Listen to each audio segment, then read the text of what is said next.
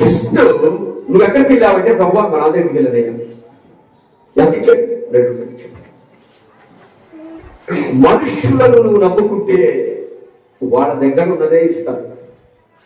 Note చేసుకోండి. First చెప్తున్నాను, మనుషులను నువ్వు నమ్ముకుంటే ఎవరినో చూపాడు, నా తండ్రినే చూపాడు. తండ్రి అయినా నీ కోసం అంతే ఇస్తాడు, కానీ ఎంతకంటే ఎక్కువ. మనుషులు నమ్ముకుంటే అంతే ఇస్తాడు, కానీ నన్ను నమ్ముకుంటే సచ్చినంత కాలమే కాదు తరతరాలకు ఇస్తానని చెప్పి స్తోత్రం చెప్పాను. ఇవన్నీ ప్రార్థనలు తెలుసుకోండి. ఏదో కట్టుదలలో చెప్పడం నాకు ఇష్టపడదు. యథార్థంగా నిజాయితీగా ఉన్నాను కనుక మీరున్నారు. లేకపోతే ఈ పార్టీ చెప్తే ఆడదాకా ఉండేవి లేదు. నూనె ఖర్చులు పెట్టి ఇక్కడ అమ్మితే వస్తారు, ఎవరి కోసం వస్తారు. కానీ నేను అలాంటి వ్యాపారాలు చేయదలుచుకోలేదు. దయ్యం పోతే అసలు చేయదలుచుకోలేదు. దయ్యాలు వదిలిపోతాయి, ఆ సమయం వచ్చినప్పుడు అయ్యపోతాయి. ప్రత్యేకంగా వాటిని నేను పేట వేయదలుచుకోలేదు. ప్రస్తుతానికి దయ్యాలు వదిలించబడతాయి అనే దానికి కొంతకాలం ప్రక్కన పెట్టాను. దేవుడు ప్రక్కన పెట్టాను. అయ్యే పోతాయి. నేను వాక్యం చెప్పినప్పుడు అయ్యే పోతాయి. నువ్వు నెలకొని కూర్చున్నాను. దేవుడు నన్ను క్రమశిక్షణలో సరి చేయడానికి తప్పిపోయిన దేవుడు కదా మీరు ఆనందించాడంటే కొద్దిగా ఇచ్చాడే. అయితే దీన్ని బట్టి నువ్వు తెలుసుకోవాల్సింది ఏంటంటే, మనుషులు వారి దగ్గర ఉన్నది వారికి అనుభవం అయితే నీకు ఇస్తారయ్యా, కానీ నన్ను అడుగు, నేను తరతరాలకు సరిపడా ఇస్తాను అని చెప్పాడు. కడుపుసుకుని ఏడుస్తూ మరి ఆ తర్వాత నేను టికెట్ తీసుకెళ్తాను. అవును, నీ తొందరపాటు చర్యల వల్ల, తొందరపాటు నిర్ణయాల వల్ల చాలా నష్టపోయావు. నువ్వు చేస్తున్నది నా పని, కానీ దానివల్ల నువ్వు నష్టపోతున్నావు. కనుక దానివల్ల ఏంటంటే నీవు అర్హత కోల్పోతున్నావు. అంటే టికెట్ నువ్వు అధికారం, టికెట్ ఏంటి? అధికారానికి సాదృశ్యం, అంతే కదా. టీసీ వస్తాడు, మా దగ్గర టికెట్ ఉంది, అధికారానికి సాదృశ్యం. నువ్వు అధికారాన్ని కోల్పోతున్నావు. మరి నా రోడ్లో మళ్ళా నువ్వు హడావుడి ఉండటం వల్ల ఒకటి మాట్లాడబోయి ఇంకొకటి, దానివల్ల నీ ప్రయాణం మధ్యలో ఎంతకాలం ఆగింది. అవునా ప్రభు, ఎంతకాలం ఆగిందా? నేను ఎందుకు పంపించాను? నన్ను అడిగాడు. నేను ఎందుకు పంపించాను? ప్రభు నాకు స్వార్థ చేయమన్నాడు. దయ్యాలతో నీకే పని.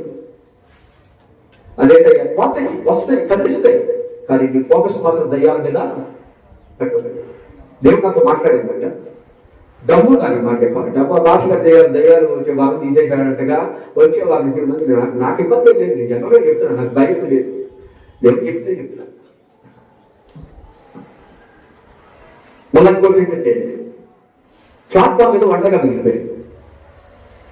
ఎవరిచ్చిన దయ్యాల కోసమో నా మనసులో ఏముందో, మౌకలోడు పుడతాడా, ఆడపిల్లోడు పుడతాడా, నా పొలం పండిద్దా లేదా, నేను వాహనం కొనొచ్చా లేదా, బతుకుతాడా లేదా, ఇలాంటివి అడుగుతున్నారు. కానీ ఏసై గురించి సమాచారం ఇవ్వడం అడిగింది. అందుకనే నా ప్రయాణం అక్కడే అండి. నన్ను ఏమంటే ప్రభు అంటే, ఇక నుంచి మీరు ఎవరితో మాట్లాడతాను, మీరు ఎవరి దగ్గర కూడా చేయగలటానికి వీలేదు. అదేంటయ్యా, ఆ చాపు దగ్గర అడగకండి ఎవరిని. నువ్వు నా దగ్గర ఎక్కడికి రమ్మంటావంటే, అందరూ నిద్రపోతున్నప్పుడు, దేశంతో ప్రశాంతంగా ఉన్నప్పుడు నువ్వు నా దగ్గరకు రా. నేను నువ్వేం చేయాలో నేను చెప్తాను. నీకేం కావాలో, నువ్వు ఎక్కడికి పోతే ఏ వస్తుందో నేను చెప్తాను. దానివల్ల లాభంటే నీ దర్శనము నెరవేరింది. అంటే క్రమక్రమంగా క్రమశిక్షణ కలిగి నడిస్తే ఆ క్రమ వెనకాలే అనేకులు బాగుపడుతూ వాళ్ళే వస్తున్నారు. నా కళ్ళలో, నా ప్రాంతంలో చూపిస్తున్నాడు ప్రభు. మరి వేడ సంగతి ఏంటంటే, నువ్వు క్రమంగా వెళ్ళు. నీ వెనుకున్నటువంటి వ్యాధిగ్రస్తులు, రోగులు, దయ్యం పట్టిన వాళ్ళు, చేతపడి చిన్న నీ బాణ మంది కలిగిన వాళ్ళే వస్తా ఉన్నారు. వెనక అని చూస్తే వెనక అనేక మంది వెంబడిస్తున్నారు. అంటే ముందు వారికి వాక్యం చెప్పు, నీకేం కావాలో దాన్ని పెట్టు. పిల్లల్ని ఇబ్బంది పెట్టద్దు. పిల్లలంటే మీరే. పిల్లలు ఏ విషయంలో కూడా ఇబ్బంది పెట్టద్దు. పిల్లల్ని తొందర పెట్టద్దు. వారికి నేను మనసుని ఇస్తాను. ఆ మనసు నా మనసు నేను ఇస్తాను. కనుక నువ్వేం చేయాలి? అర్ధరాత్రి పూట అందరు నిద్రపోతున్నప్పుడు నువ్వు వచ్చి నా దగ్గర మొరపెట్టాలి. అప్పుడు నేను నీకు ఉత్తరం ఇస్తాను. ఇంటి దర్శనాన్ని గొప్పగా దేవుడు ముందుగానే భవిష్యత్తును తెలియజేసిన దేవుడు స్తోత్రం చెప్పండి. ఒకటారు గట్టి సప్పుడు కొట్టండి.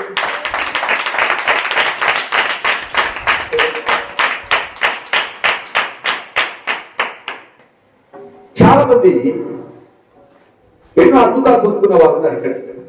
చాలా అంటే వేల మీద లెక్క పెట్టచ్చు. ఎవరి దగ్గర కూడా రూపాయి తీసుకుని అడగలేదు. అమ్మా మీకు అద్భుతం చేసే కదా, మీరు డబ్బులు ఇవ్వడానికి ఏ రోజు మీరు ఫోన్ చేశారంటే వాళ్ళు ఇచ్చి ఉండేది. సరే లేనిపోయిన తరగతి మీ డబ్బులు గురించి డైవర్ట్ అయిపోతారు, కానీ దాని గురించి మనకు వద్దు. ఎవరి రూపాయలకి ఇస్తే మనకు స్తోత్రం. నా బతుకు అదే 10,000 స్తోత్రం కలిగినాక నా బతుకు అదే 10,000. అంత విషయం నేను కోరుకోను. ఈరోజు మనం మాట్లాడే అంశాన్ని ఇశ్రాయేలు ప్రయాణం చేశారా మీరు? ఈ ప్రయాణం గురించి ఒక ఎక్స్ప్లెయిన్ చేసి వాక్యం చెప్తాను. ఓకే, ఫస్ట్ ఏం చెప్పాను నేను మీకు? అద్భుతాల గురించి చెప్పాను. ఎవరు అద్భుతాలు చేశారు చెప్పండి. ఉన్న కొద్దిమంది చెప్పండి, ఇప్పుడు పర్లేదు, నేనేమనుకోను. అద్భుతాలు ఎవరి ద్వారా చేశాడు? ఎన్ని అద్భుతాలు చేశాడు? ఆఖరి అద్భుతం పేరేంటి? మరణ దూత ఐగుప్తు దేశంలో సంచరించింది, చనిపోయారు. అప్పుడు వారు ఒక డెక్క కూడా మిగలకుండా పొలం దగ్గర అడిగి తీసుకొని వారు ఏడుస్తూ వెళ్ళారు. ఏ, బి పరిగెత్తుకుంటూ వెళ్ళారు, సి డాన్స్ చేసుకుంటూ వెళ్ళారు, డి విజయోత్సవంతో వెళ్ళారు. వారు వెళుతూ ఉండగా ఐగుప్తీయులు పెళ్లి చేసుకుంటున్నారు. ఏ, వారు వెళ్తుండగా ఐగుప్తీయులు శ్రీమంత కార్యక్రమాలు చేస్తున్నారు. బి, వారు వెళుతూ ఉండగా వారు శవాలని పాతి పెడుతున్నారు. వారు వెళుతూ ఉండగా వారు ఏడుస్తూ ఉన్నారు. ఏది? శవాలని. సరే, ఇప్పుడు ప్రయాణం ఎక్కడి నుంచి ఎక్కడ సాగింది? రామశేషాను పట్టణము నుండి ఎక్కడికి బయలుదేరింది? ఫిలిస్తీ దేశానికి బయలుదేరింది. ఇదిగో ఐగుప్తు దేశం నుంచి ఫిలిస్తీ దేశానికి బయలుదేరింది. ఐగుప్తు దేశం నుంచి కానానుకు వెళ్ళాలి అంటే 11 దినాలే పట్టింది. ఎంత? 8 దినాలు పడుతుంది. కానీ ఈ ఫిలిస్తీయులు ఆ వచ్చిన గుర్తుందా మీకు? గుర్తుందా? ఒకసారి చదవండి.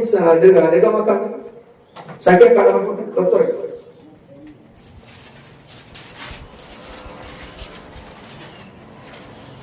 మొదటి నెల 15వ దినమున వారు రామశేషులో నుండి ప్రయాణమయ్యి పస్కా పండుగ ఎన్నో దినాలా? గుర్తు పెట్టుకోవాలి. మీరు ఫస్ట్ డేట్ గుర్తు పెట్టుకోవాలి. మొదటి దినమున 15వ దినమున 1వ నెల 15వ దినమున వారు రామశేషాను పట్టణం నుంచి ఫిలిస్తీయుల దేశానికి బయలుదేరి వెళ్తూ ఉన్నారు. అప్పుడేం జరిగింది చెప్పండి. పస్కా పండుగకు మరునాడు చదవండి, స్పీడ్ చదవండి. వారి మధ్యన ఎక్కడో ఎవరో చదివారు, దాని చూసి కాపీ కొట్టుకుంటా. అసలు నీకు గుర్తుందో చదువు. యెహోవా హతము చేసిన తొలిచులందరినీ ఐగుప్తుని పాతిపెట్టి చూడగా ఇశ్రాయేలు ఐగుప్తులందరినీ కన్నుల ఎదుట జయోత్సాహంతో బయలుదేరి వచ్చిరి. అప్పుడు ఐగుప్తు దేవతలు యెహోవా తీర్పు తీర్చెను. ఇశ్రాయేలు రామశేషు నుండి బయలుదేరి సుక్కోతులో దిగిరి. సుక్కోతు నుండి సుక్కోతు కాదు, నేను ఫిలిస్తీ దేశానికి వెళ్ళారు అన్న మాట చదువు 13వ అధ్యాయం 15-16. వారు ఎక్కడి నుంచి ఎక్కడికి వెళ్ళారన్న మాట మీరు క్లియర్గా అర్థం అవ్వాలి. ఫిలిస్తీ దేశానికి ఆయన నడిపించలేదు అన్న పదాన్ని చదవాలి. విన్నారు, పోయిన వారే వాక్యం విన్నారు. మళ్ళీ రాజ్యాన్ని తెప్పించుకుంటారు. ఏమంటున్నారు మీరు వాక్యాలు? సంఖ్యాకాండం 33:5.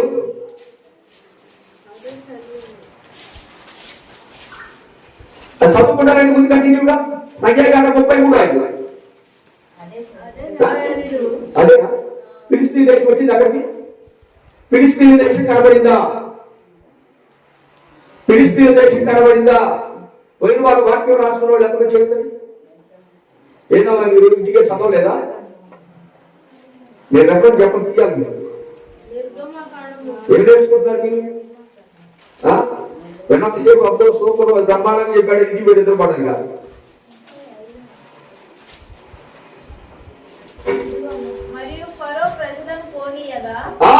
అది కావాలి. చదువు.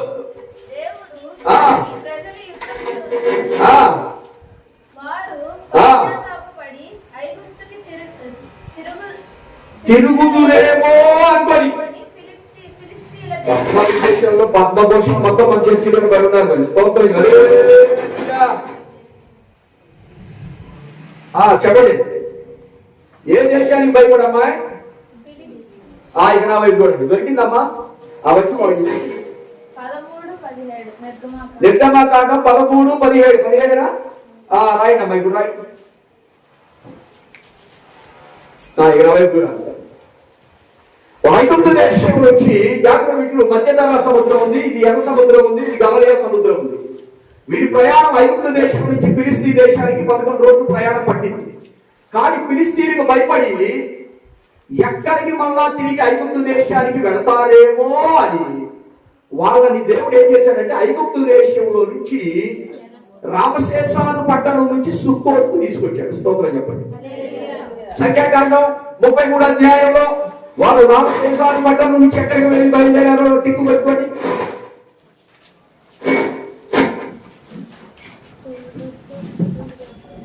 వాళ్ళు రామశేషాను పట్టణం నుంచి ఎక్కడికి వెళ్ళారు? నుండి వారు బయలుదేరి ఏదో అధ్యాయంలో వచ్చినాం. చెప్పండి, చదవండి. అరణ్యపు అడగానున్న ఏతాములో దిగిరి. ఏతాములో దిగిరి. సుక్కోతులో దిగలేదా? మరి సుక్కోతే చెప్పండి. ఏతాము ఇంకా రావాలి. బయలుదేరి సుక్కోతులో దిగిరి. ఇక్కడ రావాలి. అంటే నా మానాన్ని నేను చెప్పుకుంటా బాగుంటే మీరు ఎంటున్నారని నేను ఎలా నమ్ముతాను? లేదు, 1-4 సార్లు అడుగుతానే ఉంటాను. మీరు తెలుసుకోవాలి కదా. అంతేనా? యథా రాజా తదా ప్రజ ఉండకూడదు కదా. ఇక రావాలి కూడా. ఇశ్రాయేలు ప్రయాణం ఇప్పుడు ఎటు తిరిగింది అంటే సుక్కోతుకు తిరిగింది. ఎక్కడి నుంచి బయలుదేరింది? రామశేషాలు పట్టణం నుంచి బయలుదేరింది. ఈ రామశేషాలు పట్టణం దేనికి రాజధాని? ఐగుప్తుకి రాజధాని. రామశేషాలు పట్టణము అది పట్టణం అని మనకు ఎలా తెలుసు? నిర్గమకాండం 1వ అధ్యాయం 8వ వచనం. ఇవాళ అంతా నేను పేరు ఎగిరిపోతా మరి ఏంటి ఇదిగో పెట్టినాక నిన్ను కూడా అడుగుతాను. అందరూ రాసుకోవాలి. అప్పుడు యోసేపును ఎరుగని క్రొత్త రాజు ఏమా ఏం చదువుతున్నావు? ఓకే అదే రైట్. అప్పుడు యోసేపును ఎరుగని క్రొత్త రాజు ఐగుప్తును ఏలనారంభించెను. అతడు తన జనులతో ఇట్లా నేను ఇదిగో ఇశ్రాయేలు సంతతి అయిన ఈ జనము ఇశ్రాయేలీలైనటువంటి ఈ జనము మనకంటే విస్తారముగా బలిష్టముగాను ఉన్నది.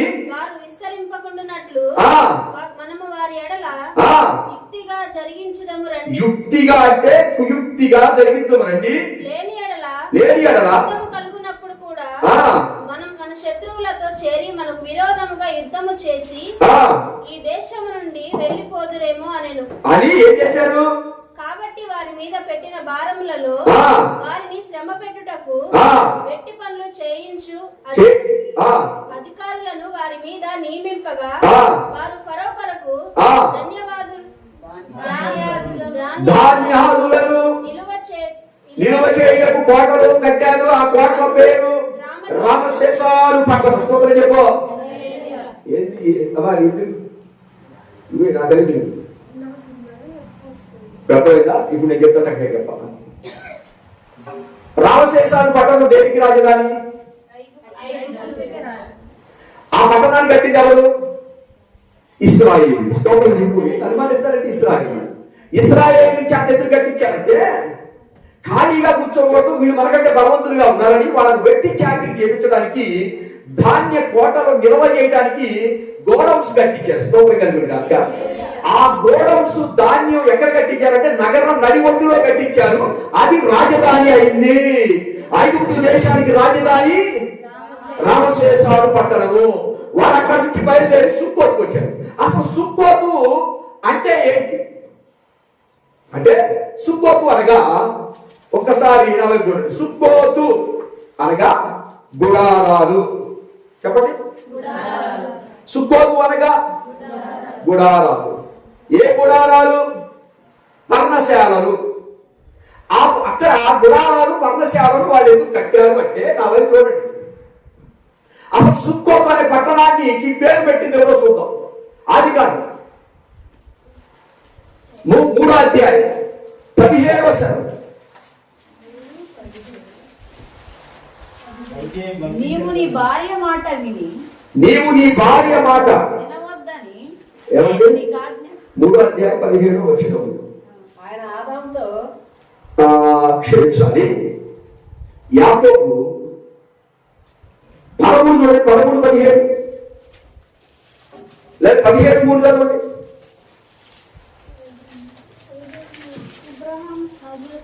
అబ్రాహం సాగిపడి ఉండగా ఆ, దేవుడు అతనితో మాట్లాడి, ఆ, ఇదిగో ఆ. నేను నియమించిన నా నిబంధన నీతో చేసి ఉన్నాను, ఆ. నీవు అనేక జనములకు తండ్రి వగుదువు.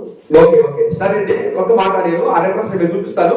సుక్కోతు పట్టణానికి పేరు పెట్టిన వ్యక్తి యాకోబు. ఇది రాసుకోండి, నేను రెఫరెన్స్ చెప్తాను మీకు. టైం వేస్ట్ అవుతుంది. ఒకసారి చూడండి. సుక్కోతు అనే దానికి పేరు పెట్టింది యాకోబు. యాకోబు దానికి ఎందుకు పేరు పెట్టాడంటే తను తన అన్న దగ్గర నుంచి వాళ్ళ మామ దగ్గరికి వెళ్ళి మామ దగ్గర నుంచి తిరిగి బేతేలుకు వచ్చే క్రమంలో ఒక రోజు ప్రయాణం కాదు, అది దాదాపుగా 40 రోజులు ప్రయాణం జరిగింది. స్తోత్రం చెప్పండి. ఈ 40 రోజులు ఆయన రాత్రి అయితే గుడారాలు వేసేవాడు. ఆ గుడారాలు వేసి ఆ గుడారాల దగ్గర అన్ని గుడారాలు వేసాడు. కానీ ఈ సుక్కోతు అనే ప్రాంతానికి వచ్చేసరికి గుడారాలు వేయడానికి అనువైన స్థలం ఉంది, నీరు. స్తోత్రం చెప్పండి. అక్కడ వారు గుడారాలు వేసి మందలను అందులో పెట్టి వారు ఆ గుడారాల్లో విశ్రాంతి తీసుకున్న దాన్ని బట్టి దానికి సుక్కోతు అని పేరు పెట్టారు. స్తోత్రం కలుగును గాక. కనుక ఇప్పుడు ఇశ్రాయేలీయులు ఎక్కడ గుడారాలు వేశారు? తన పితరుడైనటువంటి యాకోబుకి దేవుడు వాగ్దానం చేసి, ఇక్కడ ఉండు, నీ మందలు ఇక్కడ ఉండండి, మీరు ఇక్కడ ఉండండి, ఇక్కడ మీకు క్షేమం ఉంటుంది, ఇక్కడ మీకు ఆహారం ఉంటుందని చెప్పాడే. ఆ ప్రాంతంలో గుడారాలు వేశాడు.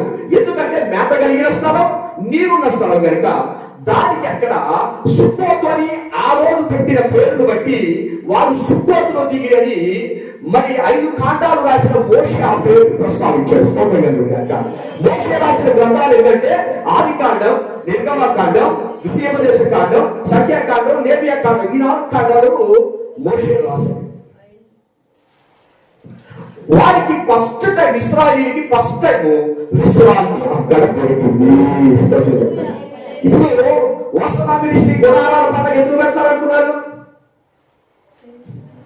అసలు గుడారాల పండుగ విధి విధానాలు ఏంటి? ఒకటి చెప్పాలంటే దాని పర్ణశాలల పండుగ కూడా అంటారు. గుడారాల పండుగ మరియు పర్ణశాలల పండుగ అంటారు.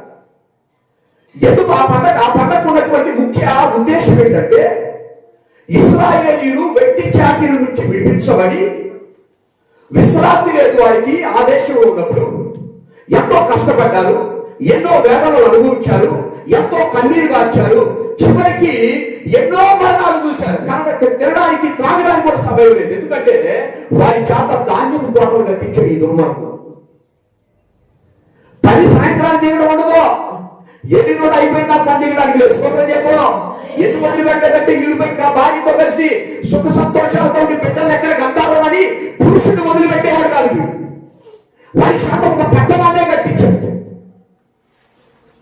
ఒక పట్టణాన్ని కట్టారు. 430 సంవత్సరాలు వారు అక్కడ ఉంటే 400 సంవత్సరాలు ఐగుప్తు దేశం పిరమిడ్లు మొత్తం కట్టింది ఇశ్రాయేలీయులే. స్తోత్రం చెప్పు. ఆ ధాన్యం కోటలు కట్టింది ఇశ్రాయేలీయులే. కనుక ఇశ్రాయేలీయులు పెట్టి చాకరీ పెట్టి తిండి కట్టక కొరడాలతో పెట్టి నానా ఇబ్బంది పెట్టి వారి భార్యలను పాడు చేసి వారి పిల్లలను చంపివేసినటువంటి ఆ దుర్మార్గమైనటువంటి ఐగుప్తు దేశంలో నుంచి మొదటి నెల 17వ తారీఖున వారు ప్రస్తాపించిన తెల్లవారే వారికి విడుదల కలిగింది. దేవుడికి మహిమ కలుగును గాక. ఈ విషయం వింటూనే ఉన్నారు, అయినా చెప్తూనే ఉంటారు, ఎందుకంటే మర్చిపోకుండా. ఫస్ట్ టైం వారికి ఆ గుడారాల దగ్గర, ఆ నీటి దగ్గర వారికి ప్రశాంతమైన వాతావరణం, ఆకాశంలో నక్షత్రాలు ఏర్పడతా ఉన్నాయి, ఒక చల్లని గాలి వీస్తావు, ప్రశాంతమైన మనసు. అంటే ఒక మనిషి యుద్ధంలో నుంచి వచ్చినట్లుగా, ఒక మనిషి ఇరుకులో నుంచి వచ్చినట్లుగా, ఒక మనిషి పాపంలో నుంచి బయటపడ్డట్టుగా, ఒక మనిషి మరణంలో నుంచి బయటపడ్డట్టుగా ఆ ఫీలింగ్ వారికి కలిగింది. స్తోత్రగాక. ఆ ఫీలింగ్ ఎవరు కలిగిందంటే నిజంగా శ్రమ పడేవారు, నిజంగా బయటపడే వారికి ఆ శ్రమ బయటపడతారు. కానీ ఉత్తునే ఇప్పుడు ప్రార్థన చేయగానే 2 లక్షల రంగాలే దేవుడు ఇచ్చినట్టు కాదు. స్తోత్రం చెప్పు. 1 లక్షలు ఇవ్వాలే దేవుడు ఇచ్చాడు. కానీ నీకు ఆ శ్రమ ఫీలింగ్ కలగాలంటే అసలు 2 లక్షలు కాదు, అసలు డబ్బుతో సంబంధం నువ్వు శ్రమ పడితే, నిజంగా నువ్వు శ్రమ పడితే, నిజంగా నువ్వు అవమానించబడితే, నిజంగా నువ్వు కృంగిపోతే, నిజంగా నీకు పేరు లేకపోతే, బతుకుతాను నువ్వు బతికినా ఉంటే ఓకేనా? నువ్వు బతుకుతున్నావు, డాక్టర్ బతుకుతున్నావు, అంతే కదా? అది ఎక్కడ కట్టాలి కదా? మీరు ఏడు విశ్వాసంగా కూర్చొని ఏడే నా మొహం నీ మొహం నేను చూడడానికి కాదు, బాగా నేర్చుకుని 10 మంది శుభార్త చేయండి. నీ మొహం నేను నా మొహం నువ్వు చూడడానికి కూర్చోండి ఏం కాదు. బాగా నేర్చుకుని ఇట్టక్క ఇలా అని చెప్తా ఉంటే రోజు మాట్లాడాలి వాక్యం గురించి మాట్లాడాలి. 15 నిమిషాల షాట్ చూసి దేవుడు నాతో మాట్లాడండి, దేవుడు నాతో మాట్లాడండి, దేవుడు 10 నిమిషాల షాట్కే నువ్వు మెరుగు తిరుగుతట. 10 నిమిషాల షాట్ నీ జీవితాన్ని మార్చిందా? ఏదో ఒక అడిగే మీ జీవితాన్ని అదే మా యాడేనమ్మా చెప్పలేదు మీరు. ఒక అడిగే మీ జీవితాన్ని మార్చిందా? ఏమడిగేది? కొబ్బరి గురించి అడిగేది మరి ఎంత చెప్తుంటే దేశ విదేశాల్లో రాబోయే రోజులు ఏమిటంటే మా భాష చెప్పాలిగా, అంతే నిజం చెప్తున్నాను. ఏమనుకో బాగా స్తోత్రం చెప్పండి. నిజం చెప్పడం అబద్ధాలు చెప్తే ఏమవుతావా నువ్వు? అబ్బా వచ్చాడు ఆవిడ వచ్చేసాడు దేవుడిని తీర్చిపోతాడు నా చెయ్యి ఊపాడు, ఏదో అయింది. 5 నిమిషాలు దానికి కూడా కంగారు పెట్టలేకపోయినా జీవితాంతం పోరాటం చేయాలి. స్తోత్రం పెట్టాడు అంతేనా?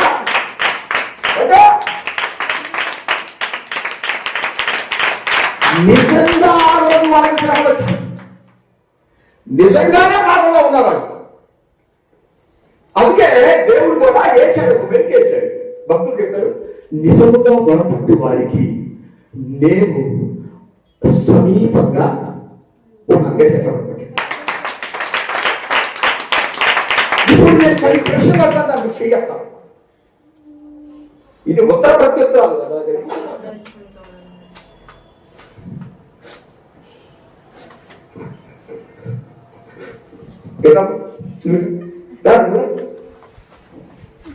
నేను జైలుకి వెళ్ళానండి, 14 ఏళ్ళు నాకు జైలు శిక్ష పడింది.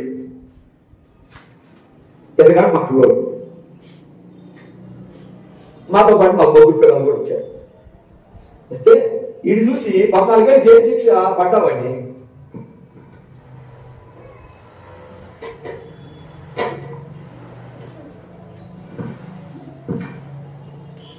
బాగున్నారా? అట్లా పరిగెత్తుకుంటొచ్చి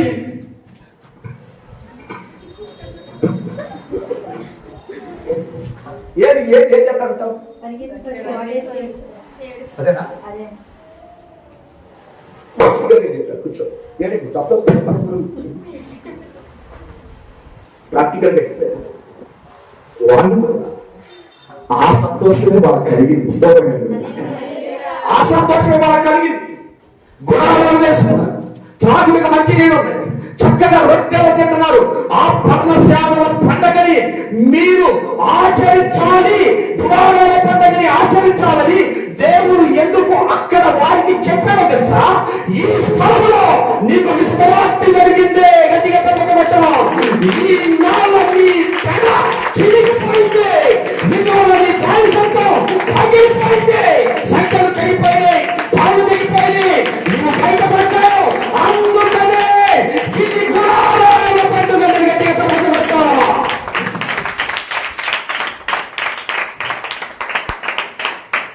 మొట్టమొదటిగా రెండో పండగ ఏంటి? ఇశ్రాయేలు చేసిన పండగ. రెండో పండగ ఏంటి? ఒక పండగ ఏమో పట్టు గట్టిగా చెప్పండి. రెండో పండగ ఏంటి? పర్ణశాలలో గుడారాలలో. బాబు బాబు అందులో ఏం చేయాలి మేము అడిగితే చదువు అక్కడికి వచ్చి నిర్గమకాండం దాన్ని చదివే కదా అది కలిగింది.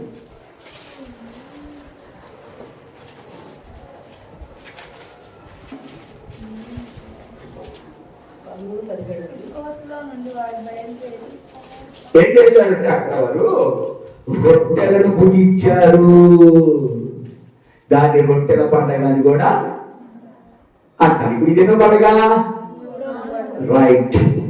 ఇశ్రాయేలీయులు పండగము అని ఒక ప్రక్కన రాసుకోండి. అంటే వెళ్ళేటప్పుడు పండగలు వస్తాయి, పండగ దగ్గర పండగలు రాసుకోండి. ఏ దినాలు వాళ్ళు బయటకు వచ్చారు రాసుకోండి. ఎందు నిమిత్తం బయటకు వచ్చారు, సుక్కోత్ అంటే ఏంటని మీరు చక్కగా రాసుకోండి. అర్థమవుతుందా? అర్థం నేను చెప్పింది రైట్. ఎలా నన్ను అర్థమవుతుందా నీకు? అర్థం అర్థం అంటే అర్థం ఏంటంటే అర్థం అర్థం అనే అర్థం ఉంది. ఎటువంటి అడుగుతున్నా మీకోసం ప్రాణం పెట్టడానికి వచ్చా. నిజంగా ఇతను అబద్ధాలు ఆడతలేదు. మీకోసం చచ్చిపోవడానికి వచ్చా. కాస్త నన్ను వినియోగించుకోండి.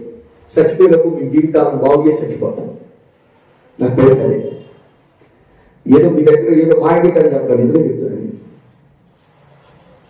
రాశారా? ఇశ్రాయేలీయుల పండుగ ఏమనగా పస్కా పండుగ ఒకటి, రెండోది పర్ణశాలల పండుగ, మూడోది వారు అక్కడ రొట్టెలు భుజించడం వలన రొట్టెల పండుగ అక్కడే ఆచరించింది. పండుగలు 3.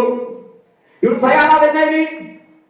ఐగుప్తు నుంచి రామశేషానికి వచ్చారు, రామశేషాల నుంచి సుక్కోతుకు వచ్చారు. ప్రయాణాలు ఎన్నైవి? 2 ప్రయాణాలు. ఐగుప్తు లెక్కే మాకు బయలుదేరింది అక్కడి నుంచే స్తోత్రం చెప్పు. బయలుదేరిన ప్రాంతాలు లెక్కేయద్దు. వారు ఐగుప్తు నుంచి రామశేషాలు వచ్చారు, రామశేషాల నుంచి సుక్కోతుకు వచ్చారు. అంటే 2 ప్రయాణాలు ఎన్ని పండుగలు అయిపోయినాయి? మొదటి పండుగ పేరు పస్కా పండుగ. అంటే మనకి ఇప్పుడు బాగా అర్థమైందంటే పస్కా అంటే వద, బలి. ఆ పస్కా పండుగ రోజునే యేసు ప్రభు వారిని సిలువ వేశారు. స్తోత్రం చెప్పు. అందరూ ఒక పక్కన రాసుకో. ఎందుకంటే వచ్చింది పస్కా పండుగ ఏమైంది? యేసయ్యని అందుకని యేసు ప్రభు వారి మధ్యలో వచ్చే పుల్లారా నీకు మంది రావాలి. స్తోత్రం చెప్పు. అదే ఇప్పుడు ఏం కాదు యేసు ప్రభు. ఇప్పుడు మీరందరూ కలిసి యేసు ప్రభు పట్టించారు. మీరందరూ నేను రాజుని, మీరందరూ కలిసి యేసయ్యని సిలువేయండి, సిలువేయండి, సిలువేయండి అరవండి, అరవండి. యేసయ్యని పెద్దగా యేసయ్యని. అరే కూర్చోరా, నువ్వు మ్యూజిక్ ప్లే చేయడం కాదు. మ్యూజిక్ ప్లే చేయి. ఇక్కడ కూర్చో, అక్కడ కూర్చో. 1 2 3 స్టార్ట్ అవ్వండి.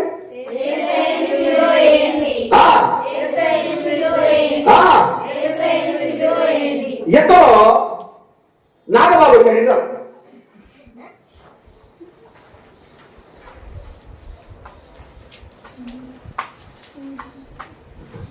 నువ్వు అక్కడి నుంచి నేను రమ్మనప్పుడు ఇప్పుడు మళ్ళీ కాకండి. ఏడు చూపిండి, ఏడు చూపిండి. అత్త కాదు అటు ఎందుకే అటువే వేయండి.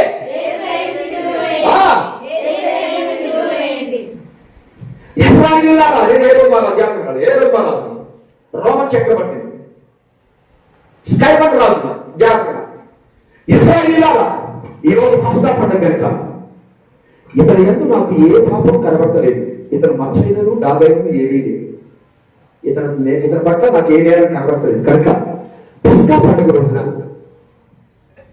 ఇందాక ఏం చెప్పాను? పస్కా పండుగ రోజున. పస్కా పండుగ ఏ రోజు జరిగింది? ఏ రోజు జరిగింది? 14వ తారీఖు జరిగింది. మీకు మర్చిపోవద్దు. విడుదల పొందింది 15. అమ్మాయి మొదటి నెల పస్కా పండుగ మొదలు జరిగింది. ఆ పస్కా పండుగ రోజున యేసు ప్రభువు ఎక్కడున్నాడు? సభలో ఉన్నాడు. ఏ సభలో ఉన్నాడు? దుర్మార్గుల సభలో ఉన్నాడు. ఇప్పుడు మీరందరూ సిలువైన త్యాగేశారు కదా, మీ పని అయిపోయింది. ఇప్పుడు నా పని. ఈరోజు పస్కా పండుగ కనుక రాజ్యాంగ ప్రకారం నాకు కొన్ని హక్కులు ఉంటాయి. ఏంటో తెలుసా? ఒక నేరస్తుడికి క్షమాభిక్ష చెప్పండి మీరు. ఒక నేరస్తుడికి ఆగస్టు 15న ఆగస్టు 15వ తారీఖున సత్ప్రవర్తన పేరుతో విడుదల చేస్తున్న ఖైదీలు వాడుక ఎక్కడి నుంచి వచ్చింది మీరు చెప్పండి. ఎవరన్నా చెప్పింది?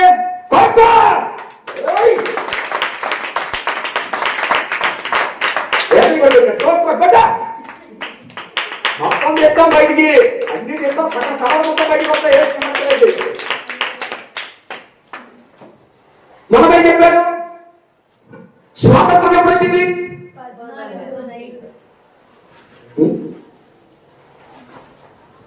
అదే రోజు అర్ధరాత్రి పూట యేసు ప్రభు నిండు సభలో కూర్చోబెట్టినప్పుడు ఐగుప్తు క్షమించాలి రోమన్ స్కైమన్ రాజు ఏమన్నాడు? ఇతని యందు నాకే తప్పు కనబడలేదు కనుక ఇతన్ని నేను విడుదల చేస్తాను. ఏమంటారంటే అప్పుడు మీరందరూ ఎందుకు విడుదల చేస్తానన్నాడు? పస్కా పండుగ రోజున ఒకరు బలైపోతే ఇంకోటి విడుదల పొందాలి. అంతేగా, ఒకటి చస్తే ఇంకోటి ఇవ్వాలి. అవునా? అవునా కదా? దుర్మార్గుడైనటువంటి వాడిని చంపేసి ఈ నీతి మందులు రక్షిద్దాము పేదిద్దాం అంటే వాడు ఊరుకోరు. అప్పుడు మీరు ఇంకో క్యాక్ మధ్య కూర్చో అనయా ఎట్లు ఏడు ఈ క్యాప్ వచ్చింది. ఆగస్టు 15 సంప్రవర్తన అనే పద్ధతి మీద ఆగస్టు 15 విడుదల చేస్తారో లేదా ఖైదీని? ఇప్పుడు అదే ఉద్దేశాన్ని రాజ్యాంగం ఆర్టికల్ 124లో చేర్చింది ఎవరు? రాజ్యాంగ నిర్మాత. దాన్ని బట్టే కదా ఈ రోజు స్వాతంత్ర దినోత్సవం రోజున ఒక మనిషిని సత్ప్రవర్తన పేరుతో అర్ధరాత్రి పూట విడుదల చేయాలి అని చెప్పాడు కదా. ఇప్పుడు అదే ప్రకారం ఆ చట్టాన్ని పరిగణలో తీసుకోవాలంటే ఆయన ఏ చట్టాన్ని తీసుకోవాలా? ధర్మశాస్త్ర చట్టాన్ని ఆయన ఆర్టికల్ 124 రాశాడు. ఆయన స్తోత్రం చెప్పు. అప్పుడు ఆయన ఏమన్నాడంటే ఆయన ఏమన్నాడంటే ఈ నీతి మంత్రులు విడుదల చేసి బలపా ఉన్నాడే వాడిని సిగ్గు వేద్దాము, కొడాతో పడదాము, చంపేద్దాము అన్నాడు. అప్పుడు మీరు ఇంకొక వద్దు మాకు యేసు ఫస్ట్ మీరు ఏమంటారంటే యేసు సిలువేయండి, బలపాన్ని విడుదల చేయండి. ఓకే 1 2 3 చెప్పండి. ఏది ఏడు పోయింది, ఏలూరు పోయిందా? అక్కడ కనబడుతుందా? చెప్పండి.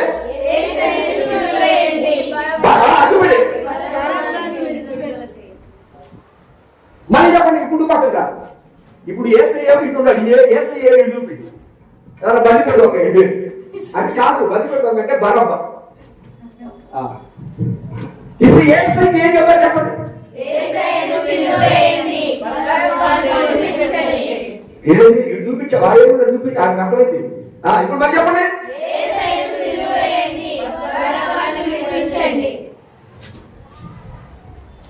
వాస్తవంగా ఎవరు వినిపించాలి? ఏ తప్పు లేదా? ఒక నీతి మందుడు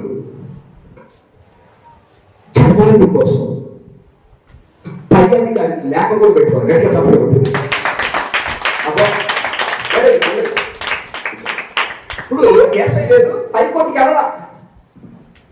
హైకోర్టుకి వెళ్ళాలా? ఇక పిలాతులు వారిని అడిగి హైకోర్టుకి కూడా వెళ్ళొచ్చు. శిక్ష కింద కోర్టులోనే ట్రైనల్ కోర్టులోనే అయిపోయింది. ఇక లేదు లేదు తప్పు చేయడానికి ఒక మాట కూడా మాట్లాడేది. ఎందుకు అంటే బలప్ప కోసం ఆయన చనిపోయింది. గట్టిగా చెప్పండి. దాన్ని పస్కా పండుగ అంటారు. గుడారాల పండుగ అంటే ఏదో చెప్పాలి. ఇప్పుడు మీరు మరి వారికి ఫస్ట్ టైం విడుదల పొందిన తర్వాత వారికి శాంతి దొరికింది. అసలుకి సుక్కోత్ అని పేరు పెట్టినోడు ఎప్పుడు పెట్టాడు? తన మామ దగ్గర నుంచి మందమ తీసుకొని తిరిగి తన స్వగ్రామానికి వచ్చేటప్పుడు రాత్రి అయింది కనుక అక్కడ గుడారాలు వేశారు. మేక కూడా ఎక్కడ పడితే అక్కడ గుడారాలు వేస్తారా? నీళ్ళున్న దగ్గర వేస్తారా? అక్కడ మేక ఉంది. చక్కని నాలుగు పండుగ మధ్యలో చక్కని వాతావరణం ఉంది కనుక ఆ గుడారం వేసి దాన్ని సుక్కోత్ అని పేరు. ఆ పేరు కలిగిన స్థలానికి ఎవరు వచ్చారు? ఇశ్రాయేలు వచ్చారు. ఇశ్రాయేలీలు వచ్చి ఆ గుడారంలో హాయిగా నిద్రపోతున్నారు. ఏం చేస్తారు? ఏం తిన్నారు వాళ్ళు?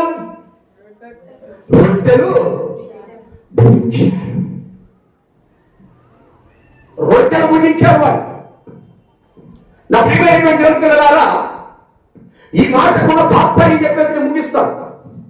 ఈ రీతిగా బైబిల్ గ్రంథం మొత్తం మీకు అర్థమైపోవాలి. ఎవరు ఎక్కడ అడిగిన సమాధానం చెప్పారు. అది చదువుతూ మీరు వింటుండగా మీ జీవితాలు మారిపోవడం కాక స్తోత్రం. నా ప్రియమైన దేవులారా, వారు ఎన్నో శ్రమలు అనుభవించారు, ఎంతో కష్టాలు అనుభవించారు. అసలు వీళ్ళని దేవుడు ఎందుకు విడిపించాలి అనుకున్నాడు అంటే, ఎందుకు అనుకున్నాడంటే వారు దేవుని ప్రజలు. స్తోత్రం చెప్పు. దేవుని ప్రజలు ఎక్కడ ఉన్నా, పాపంలో ఉన్నా, బాధల్లో ఉన్నా, అప్పుల్లో ఉన్నా, రోగాల్లో ఉన్నా, వ్యభిచారంలో ఉన్నా, దొంగలుగా ఉన్నా, త్రాగుబోతులుగా ఉన్నా, గ్యాంబ్లింగ్ చేసేవాళ్ళగా ఉన్నా, తల్లిదండ్రులు వ్యతిరేకులుగా ఉన్నా, వాళ్ళందరినీ దేవుడు విడిపిస్తాడు అని వాగ్దానం చేశాడు. స్తోత్రం చెప్పు. అందుకని రోమపత్రికలో కంటే యేసు రక్తం ప్రతి పాపము నుంచి మనల్ని పవిత్రులుగా చేస్తుంది. ఏమంటే హల్లెలూయా. ఇప్పుడు ఆ అమ్మాయి ఏమంటుందంటే, మీకు అర్థమైందో లేదు, నీతిమంతుడు లేడు, ఒక్కడు లేడు. మా పిల్లవాడు ఏం చెప్తున్నాడంటే, నీతిమంతుడు కొరకు నేను రాలేదంటున్నాడు.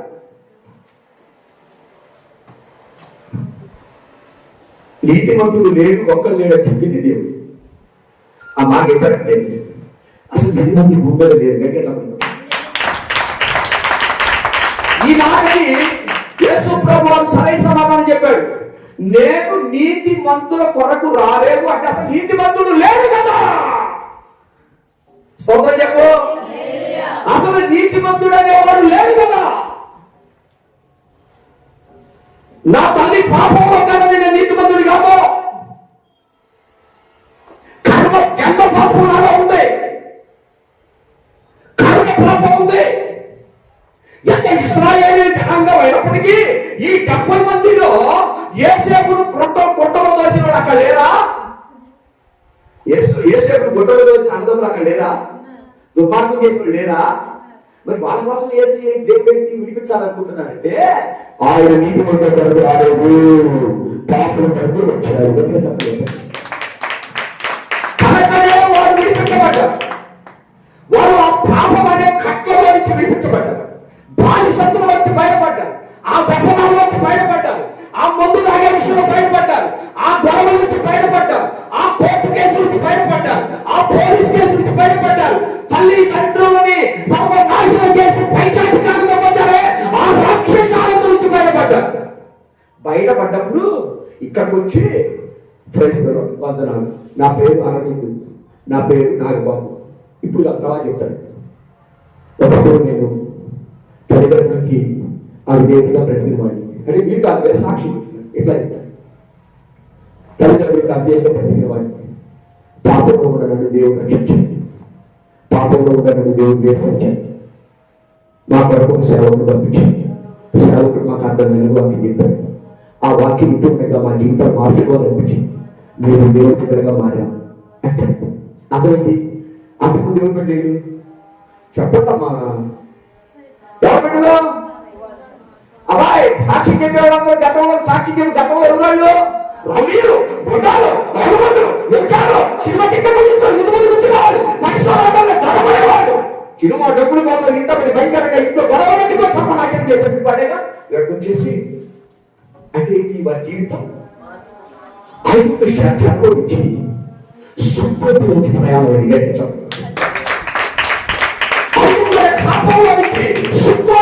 విశ్రాంతి స్థలానికి వచ్చాడు. ఐగుప్తులో ఆకలి తప్పుతో అల్లాడిపోయి ఓ పెట్టడం తినలేక కూటికి గడ్డలేక ఆదుకున్న పరిస్థితిలో నుంచి వారు గుడారాలంలోకి చేరి సమృద్ధిగా ఆహారం కలిగిన స్థలానికి వచ్చారు. చెప్పగలగట్టు ఏ పాట అది? ఎవరా ఏ పాట అది? ఏమైనా చేయగలవు, కథ మొత్తం మార్చగలవు, నీ నామముకే మహిమంతా పెట్టుకుందు పాడతారే. అప్పుడు నారాయణుడని ఈ కళ మారింది నాన్నే లేదు. ఇప్పుడు ఈ అబ్బాయి బాగా పాడాడు. సంఘం నేను వచ్చాడు. ఏ కథ మార్చాడు అది దేవుడు అంటే అసలు నీ పాత కథ రాయాలంటే ఎన్నో రాయాలి. స్తోత్రం కలుగును గాక. హల్లెలూయా. దమ్ము ఉన్న వాళ్ళు ఎవరైనా సరే, నువ్వు నిజంగా ఇశ్రాయేలీయుడు అయితే, దేవుని బిడ్డ అయితే, నేనేదే నా కథ మొత్తం మార్చగలని పాడపాడి నువ్వు నీ గత చరిత్ర కూడా పాడాలి. గట్టిగా చప్పట్లు కొట్టావు.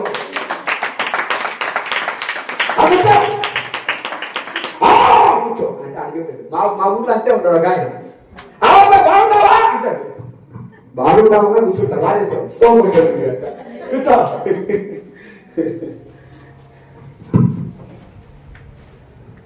ఇప్పుడు మీ కథ మారిపోయింది. ఎక్కడి నుంచి ఎక్కడికి మారిపోయిందంటే శవశాలలో నుంచి బయటకు వచ్చిన తర్వాత తిన్నారో తెలియదు, కాస్త వారితో మాట్లాడడం లేదు. 10 మంది చుట్టాలు కలిసి ఒక వేడుకగా నిలబడ్డాను లేదు నాకు తెలియదు, కానీ వారందరినీ గుడారాల పండుగ కలిపి చెప్పండి. పండుగ కలిగింది. కలపతోనే కాదు, వారు సమృద్ధి కలిగినటువంటి ఆహారాన్ని గురించి ఎందరో నిద్రపోని ఒక ప్రశాంతమైన నిద్రపోయే దేవుని మహిమ కలుగునుగా. అది సుగుణ స్పెషాలిటీ. కనుక ఈ రోజు మన ప్రయాణం ఎక్కడి నుంచి ఎక్కడికి వెళ్ళింది? ఐగుప్తు దేశం నుంచి సుక్కోటికి వచ్చింది. ఇంకా సముద్రం దగ్గర రాలా. 42 స్థలాల ప్రయాణాలు ఎన్ని ఉన్నాయి? 42 స్థలాలు తిరగాలి. 42 స్థలాల్లో తిరగాలి వాడు. కనుక ప్రియమైనటువంటి దేవుని పిల్లారా, ఈరోజు విశ్వాసం ఉన్నటువంటి మీరు జాగ్రత్తగా వినాలి. ఈ మాట నన్ను చెప్పలేమండి, నన్నోటికి అడ్డుదారి ఇవ్వకండి. ఈ రోజు మీరు శ్రమలు అనుభవిస్తున్నారా? నీకు ఉద్యోగాలు లేవా? సరిగా చదువుకోలేకపోతున్నావా? నీవు అప్పులు తీర్చుకోలేకపోతున్నావా? అనారోగ్యం కలిగి ఉన్నావా? నీ పంట పొలాలు కోర్టు కేసులో ఉన్నాయా? నీ ఇల్లు కోర్టు కేసులో ఉందా? నువ్వు జైలు కేసులో ఉన్నావా? నువ్వు ఏ పరిస్థితుల్లో ఉన్నా సరే, ఇశ్రాయేలీయులని శ్రమలో నుంచి తెచ్చిన దేవుడు మిమ్మల్ని విడిపించడానికి సిద్ధంగా ఉన్నాడు. ఆయన సామాన్యంగా విడిపించడం, ఐగుప్తు దేశంలో నుంచి సైన్యములాగా మిమ్మల్ని తీసుకుంటా దేవుని మహిమ కలుగును గాక. ఎట్లా అయిపోయింది, ఇదే లాస్ట్. నేను పరో, నా పేరేంది చెప్పండి. ఏ పేరు? మీ పేరు పరో చెప్పినారు. ఏ పేరు చూపించే ఏం కాదు, కానీ పాస్ పేరు ఏదో చూపించారు చెప్పండి. మీ పేరు పరో అయ్యగారని చెప్పండి. ఈయన పేరు ఇశ్రాయేలు. అవునా? ఏదిరా భయం ఉంది, కూర్చొని ముచ్చటేసాం. పడిపో అయిపోదురా.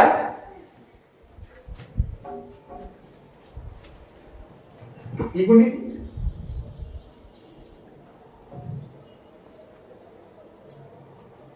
ఇక తొందరగా కాదు తెలుసు ఎట్లా నమ్ముదు నేను జాగ్రత్త అన్నాను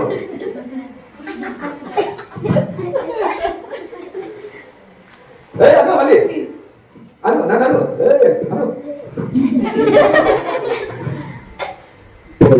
ఈ జోలికి రావయ్యా. ఈ పక్షాల సైన్యం గడిపడి యెహోవా జరిగినాడు.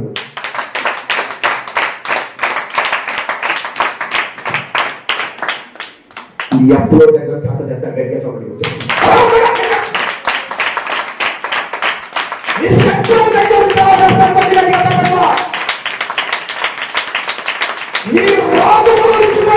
అలాగే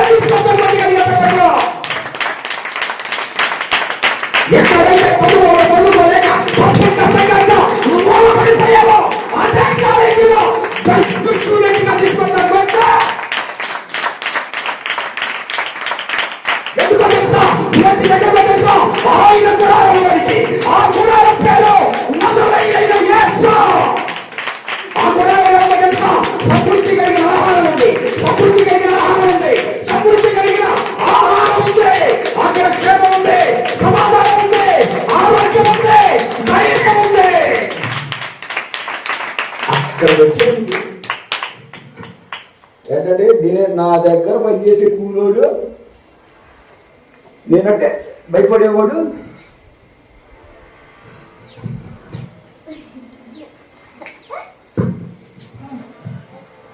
దేవుడు విలువడాలు చేయడానికి అలా మీ గురించి తక్కువ చేసుకోమాకండి. అలా మీ గురించి తక్కువ చేసుకోండి. మీరు బాగుంటే శ్రమలను సైతం ఆయన ఆయుధాలుగా మార్చి మీ చేతికిచ్చి ఆ శ్రమ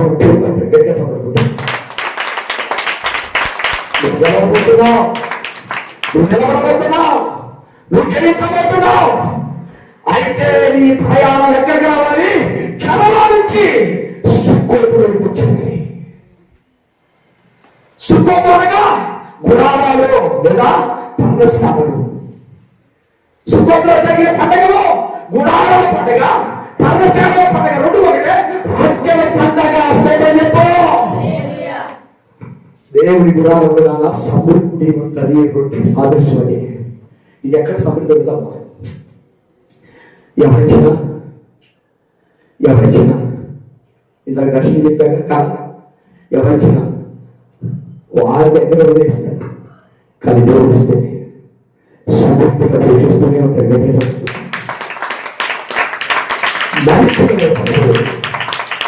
సమస్య నేను తడుగుతున్న వెనక భరోసా వైపు అసలు నేను నడిపిస్తున్న నీ దేవుడు నీ ముందర ఎంత సార్లు నడుస్తా ఉన్నాడు. దేవుడు మేము వెళ్ళుగాక అటు గొప్ప దేవుడు మీకు అనుగ్రహించుగాక. చిన్న ప్రార్థన చేస్తాను. కట్టుకోవాలి మోకాళ్ళు కావాలి.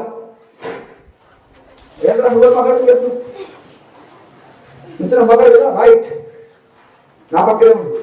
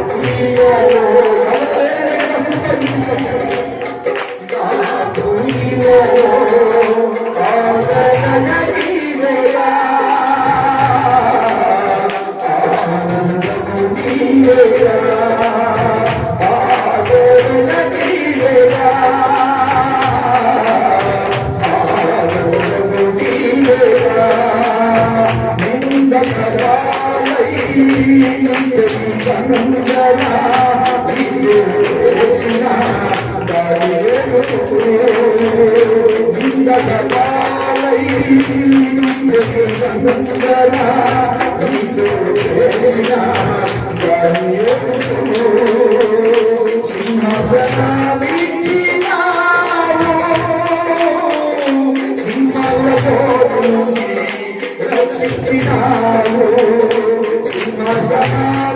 సింహాసనాలిచ్చినావు సింహాలలో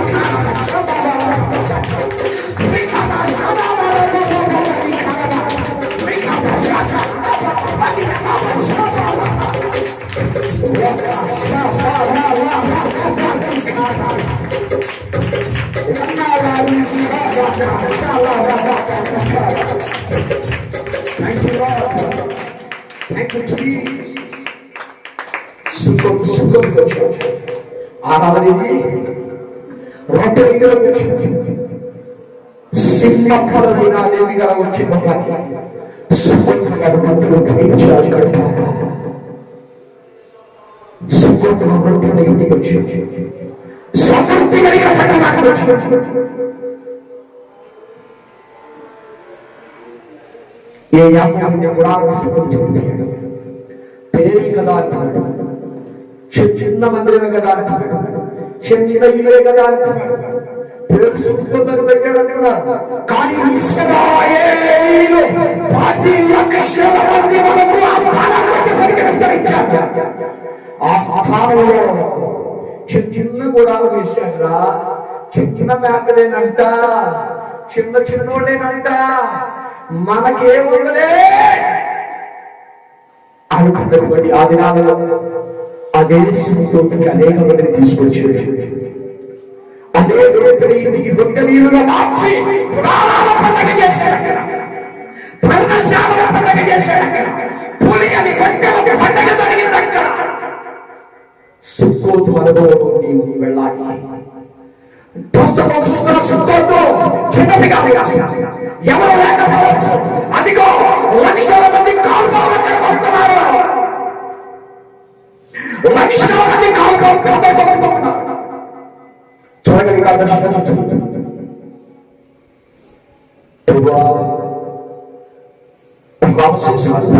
పోషించాలంటే పోషించగలుగుతాం, కానీ శక్తించబడింది ఏది కూడా ఈ బిడ్డలైన మేము బ్రతకూడదని శక్తిపోయిన దాంట్లో మమ్మల్ని వచ్చేది.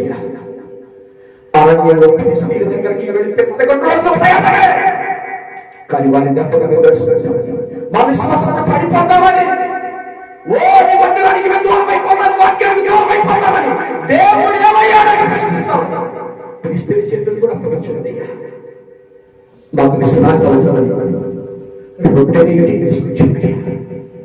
వారు కడుపారా భోజనం చేసి ఉన్నాడు. అక్కడ కడుపు నిండా రొట్టెలు గ్రహించి చక్కగా రాత్రి నిద్రపోయారు. మా పిల్లలందరికీ ఇలాంటి ప్రశాంతమైన జీవితం ప్రసాదించగా, కృపనివ్వగా, వచ్చిన ప్రతి ఒక్కరు మాట్లాడేవాడు. నా పిల్లలకి బలమైన ఆహారం పెట్టాలి, ఆయుధాలుగా తయారు చేయాలి, గొప్పగా నేను ఏది అడిగినా పొందగలిగే స్థాయిగా అట్టి గొప్పను అనుగ్రహించడం ప్రార్థన చేసుకుంటున్నాం తండ్రి. ఆమేన్. కూర్చొని ఆశీర్వదిస్తారు. మాట్లాడారు.